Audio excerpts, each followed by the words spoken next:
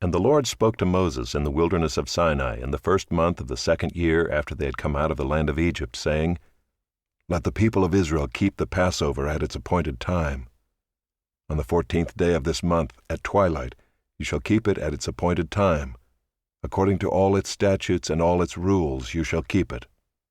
So Moses told the people of Israel that they should keep the Passover. And they kept the Passover in the 1st month, on the 14th day of the month, at twilight, in the wilderness of Sinai, according to all that the Lord commanded Moses, so the people of Israel did. And there were certain men who were unclean through touching a dead body, so that they could not keep the Passover on that day. And they came before Moses and Aaron on that day. And those men said to him, We are unclean through touching a dead body. Why are we kept from bringing the Lord's offering at its appointed time among the people of Israel? And Moses said to them, Wait that I may hear what the Lord will command concerning you. The Lord spoke to Moses, saying, Speak to the people of Israel, saying, If any one of you or of your descendants is unclean through touching a dead body, or is on a long journey, he shall still keep the Passover to the Lord. In the 2nd month on the 14th day at twilight they shall keep it. They shall eat it with unleavened bread and bitter herbs.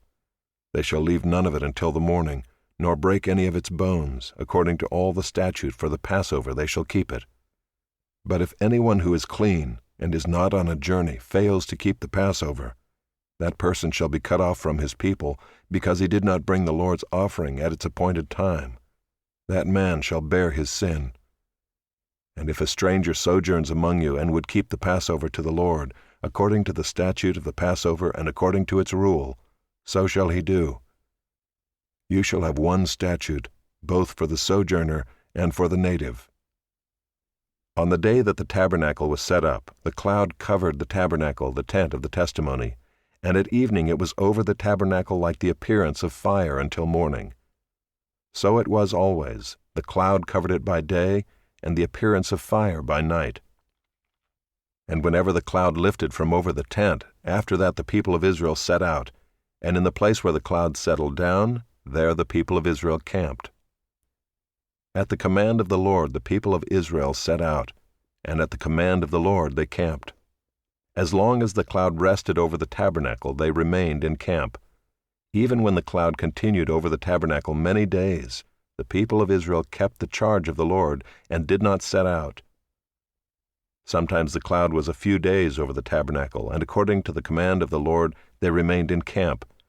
Then according to the command of the Lord they set out. And sometimes the cloud remained from evening until morning, and when the cloud lifted in the morning they set out.